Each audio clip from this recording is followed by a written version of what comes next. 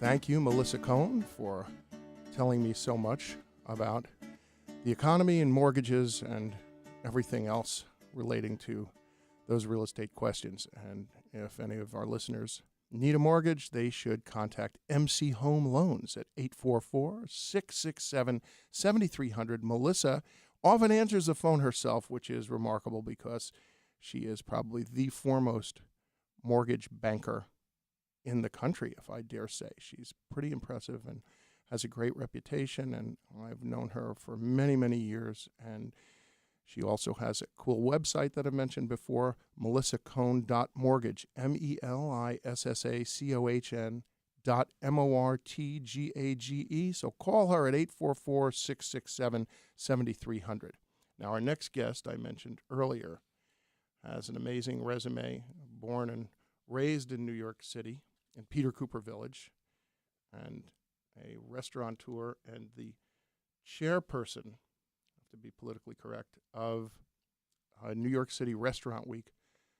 His restaurants, I'm building this up to the big intro for Tracy Nieporent. He is the partner and marketing director, head of marketing for the Myriad Group, and they have a myriad of restaurants, Nobu, Bâtard, Tribeca Grill, and my favorite, the Acela Club at Citi Field. Welcome, Tracy. Rob, it's a pleasure to be here. So tell me about what Restaurant Week. We're about to kick that off shortly. Yes, we are. It actually begins on Monday, January 18th, and it runs 3 weeks through Friday, February 5th. This is the 24th year of Restaurant Week, and it's the largest one that we've ever had. It's the largest culinary event, actually, in the entire country. We have 372 restaurants. We're serving 34 different cuisines, and we're in 41 different neighborhoods across all 5 boroughs. How did this start? Who organized this? This began in 1992. It was something that Joe Baum and Alan Stillman and Tim Zagat thought about as something to stimulate dining during the summer of 1992 when the Democratic Convention was being held at Madison Square Garden. That's actually the convention that nominated Bill Clinton. So it's ironic we're going into another political year now, 24 years later. And it was about 90 restaurants or so for 1 week for lunch.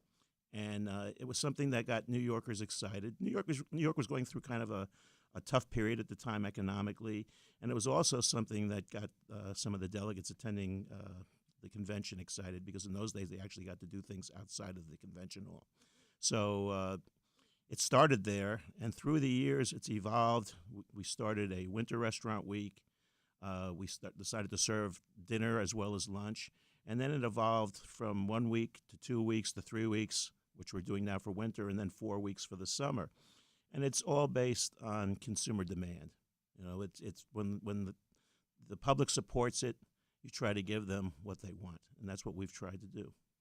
Well, I'm going to bounce around a little bit. So the Myriad Group has some of the most iconic restaurants in New York, and I was mentioning earlier in the show, have you seen The Big Short yet?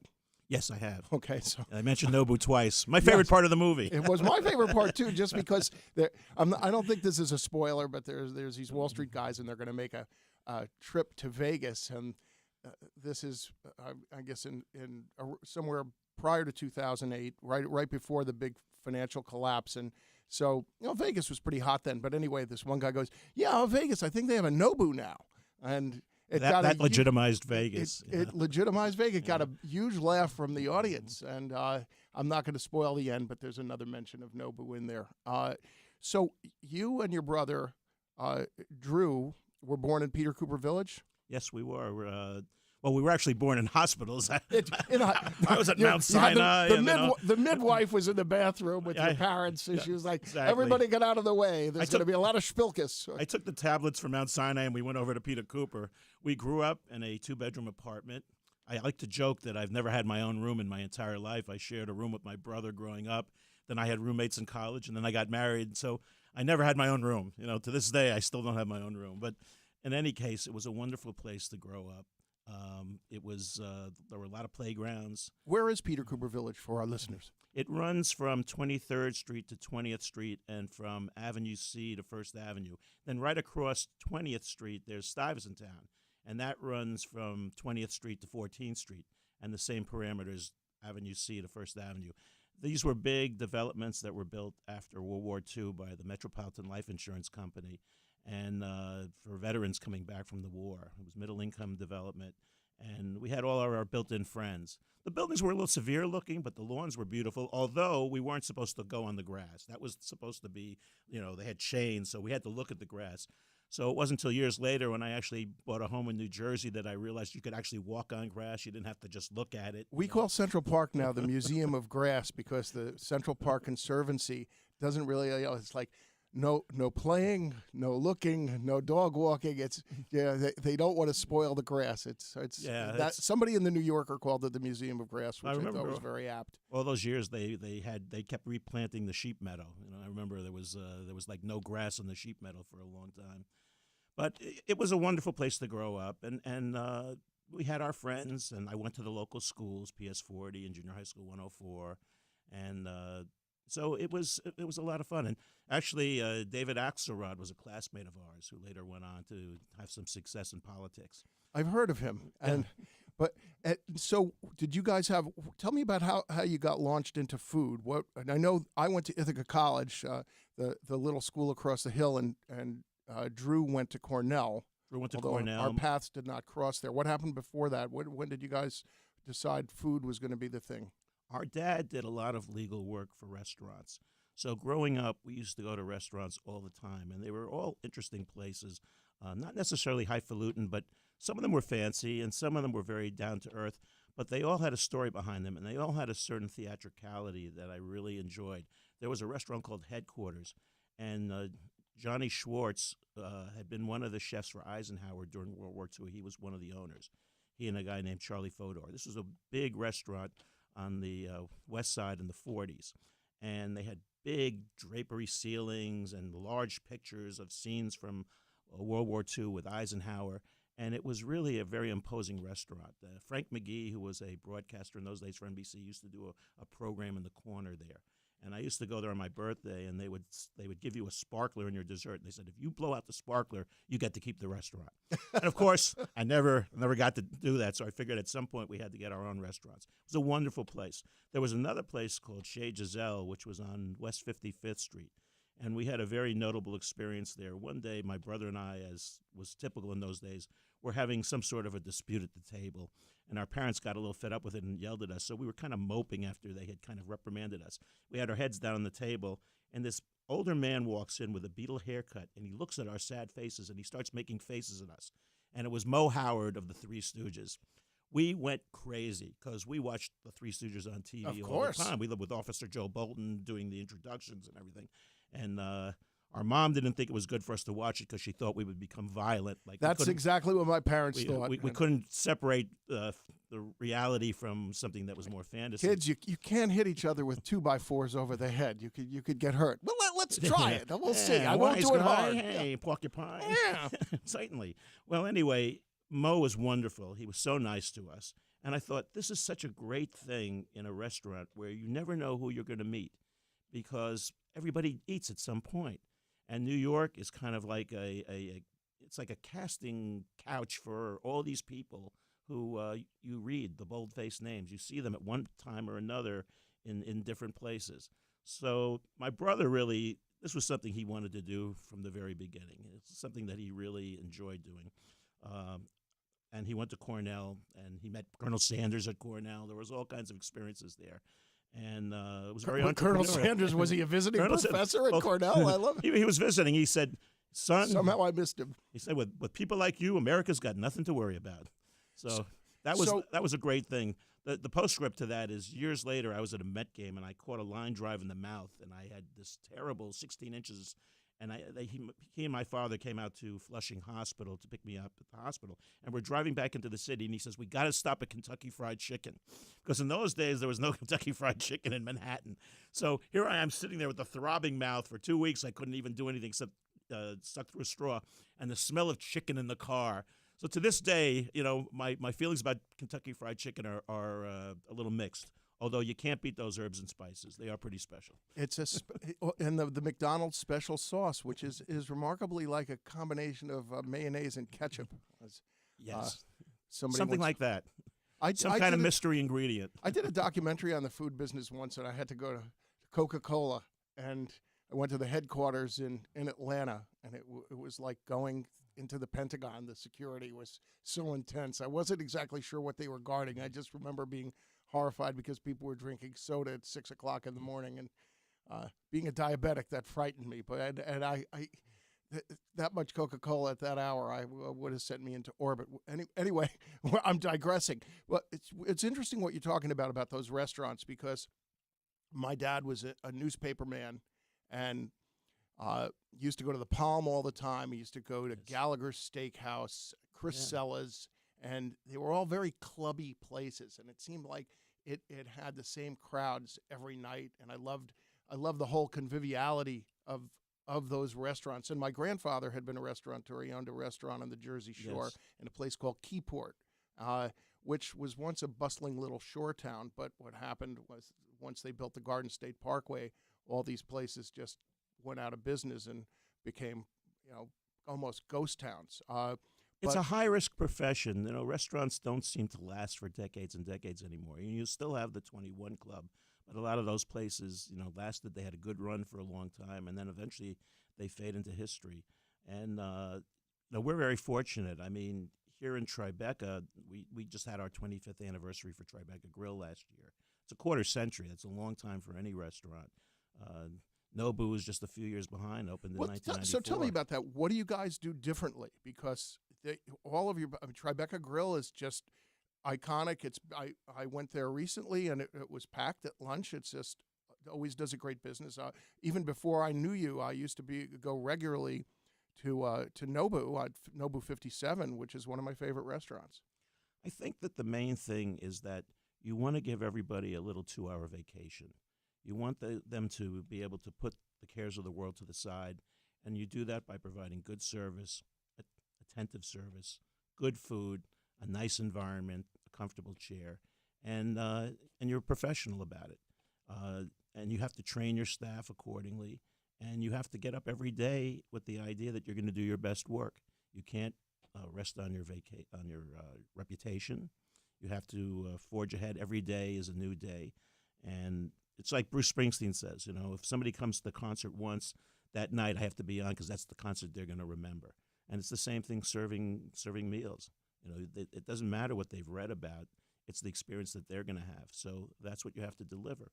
And whether it's Nobu or Tribeca Grill or Bâtard or any restaurant that you're operating, Acela Club out at Citi Field, you have to give people an experience that hopefully they're going to think about and say, I want to do that again. Because that's the lifeblood of any restaurant, is repeat business. If you capture them one time, that's nice, but you really want people to come back again and again and make it an important part of their entertainment.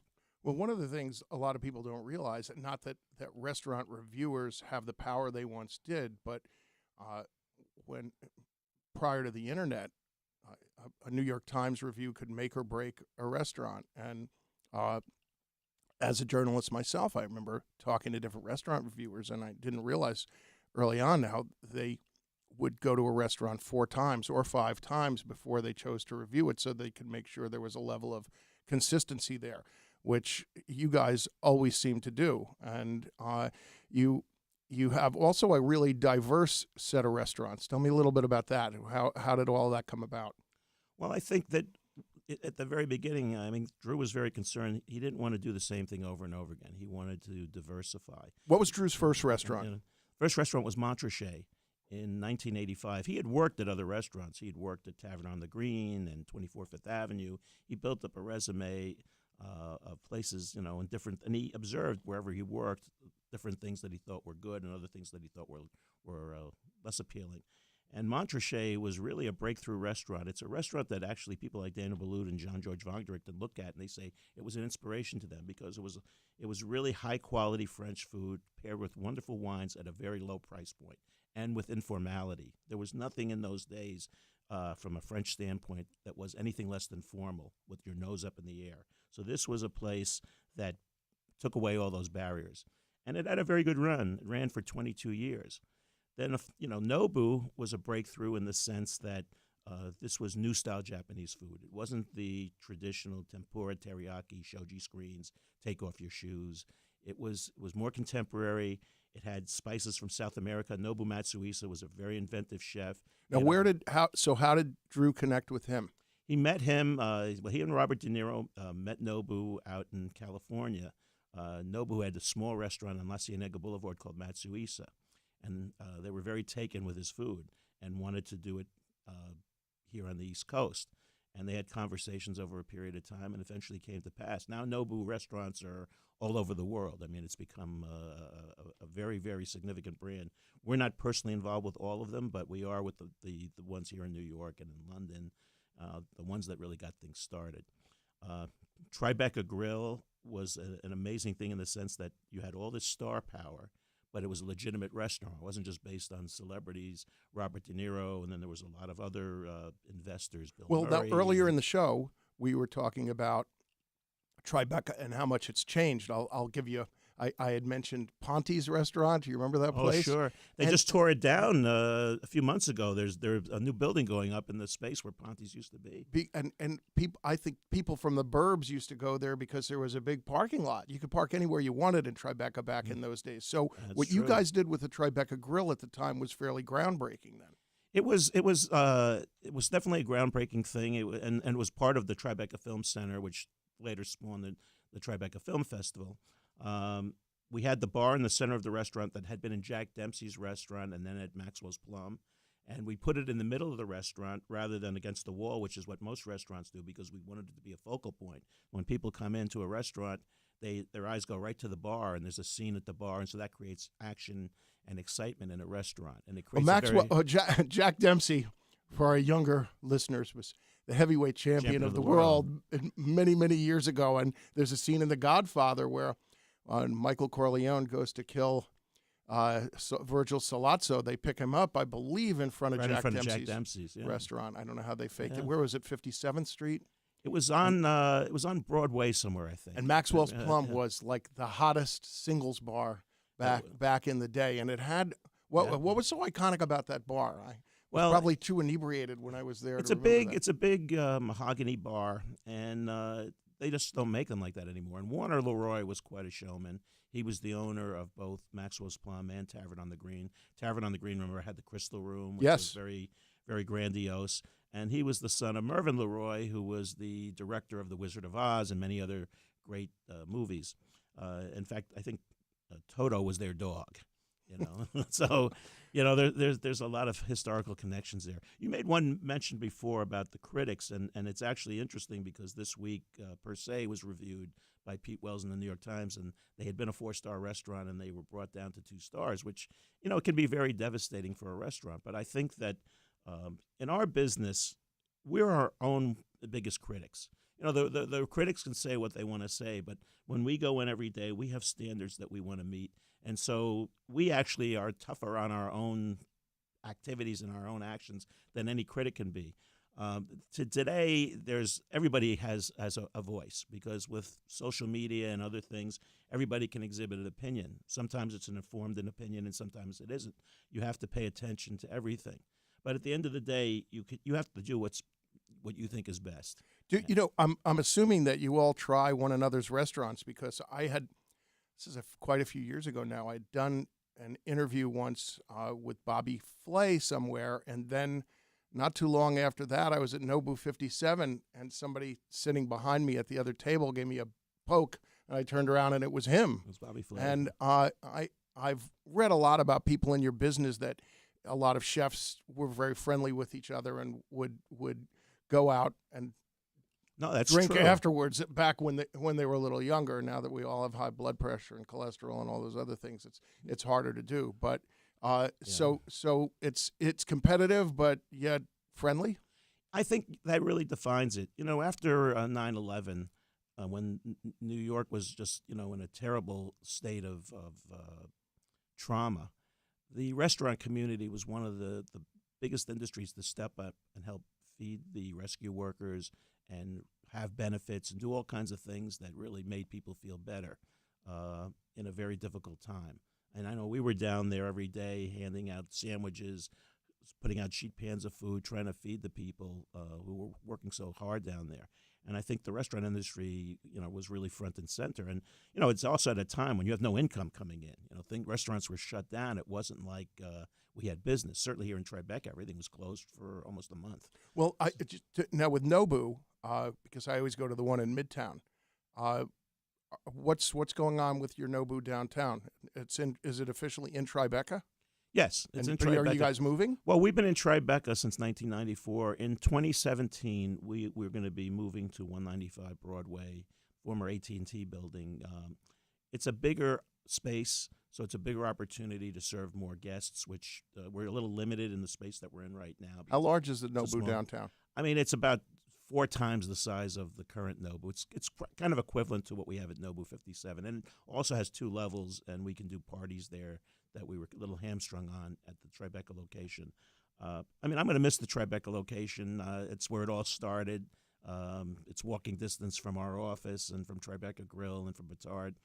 But the new place isn't that far, and it is a little closer to the financial district and also to a lot of publishing companies and so on and so forth. So there's a lot of activity as you go towards the tip of Manhattan. But, Tribeca Grill, we're not leaving Tribeca Grill. Tribeca Grill is here, and it'll always have a soft spot in our hearts. But tell me a little bit about Bâtard. Bâtard is a wonderful restaurant. It's kind of modern European. We have a chef there, Marcus Glocker, who has worked with Gordon Ramsay and other prominent chefs. He's young, he's talented, he has a great culinary vision, he's collaborative. And what we're serving there is a price-fixed menu, 2, 3, or 4 courses. It's very affordable. It's very inventive food, and it's very accessible. John Winterman is the managing partner there. He came from Daniel Boulud's organization. He's also a real professional, and my brother Drew. And so the 3 of them really have put together a restaurant that's really become successful. Last year, 2015, we were named the best new restaurant in America by the James Beard Foundation. When you win a James Beard Award, it's kind of like winning an Oscar. So that was a tremendous accolade because it was national, and there's restaurants all over the country that are competing for that. So that was terrific, and that's in the former Montrachet space.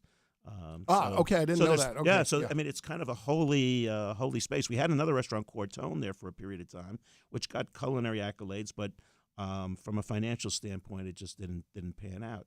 And it just shows you sometimes approach things with the best of intentions, and a lot of times it works, and sometimes it doesn't. But I had one of your Drew's burgers at the Garden recently at a Knick game. Are the you guys Daily Burger. Yes, the Daily Burger. Are you guys thinking about a steakhouse ever? Is that in the future? I don't think necessarily that'll happen. We're getting older now, and I think we're more selective in how we view the future. But I think when you approach these things, if you have an original idea and you think you can bring something new to the table, that's when you do it. The Daily Burger was a great opportunity to do something at Madison Square Garden, where there have been so many iconic events, and we enjoy being there, and people like the burger. Well, we're running out of time, unfortunately, because we'll have to have you back so we could talk about the Acela Club and how sports and food are intermingling now, especially at baseball games, and what you do there. Tracy Nieporent, thank you so much for joining us on Stribling's New York. Show has been sponsored by MC Home Loans. Call Melissa Cohn at 844-667-7300. I am Rob Taub on WOR AM Radio, iHeartMedia, 710 on your digital dial. Thanks for joining us on Stribling's New York.